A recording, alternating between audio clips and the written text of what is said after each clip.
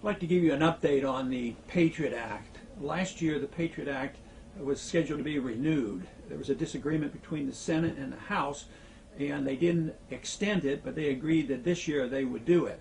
Right now, I think the scheme is that they're going to pass it as quietly as possible. Yet we hear now that there are going to be some meetings this week in the Senate Judiciary Committee, and that they are now planning to get this bill and law renewed.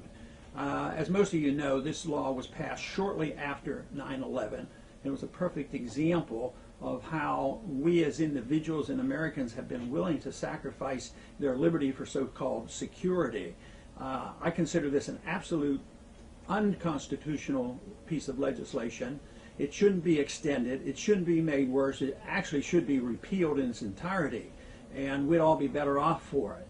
But they're not anxious to have open hearings. They're not anxious to have a new debate. They consider that opening up a can of worms, but it's a can of worms that deserves to be opened because it affects all of us as Americans. And all of us who believe in liberty and believe the rule of law have to be concerned about the Patriot Act. It's a great issue as far as I'm concerned because it can bring together a good group of people, both from the conservatives as well as liberals, because we do believe in this case that individual liberty ought to be protected.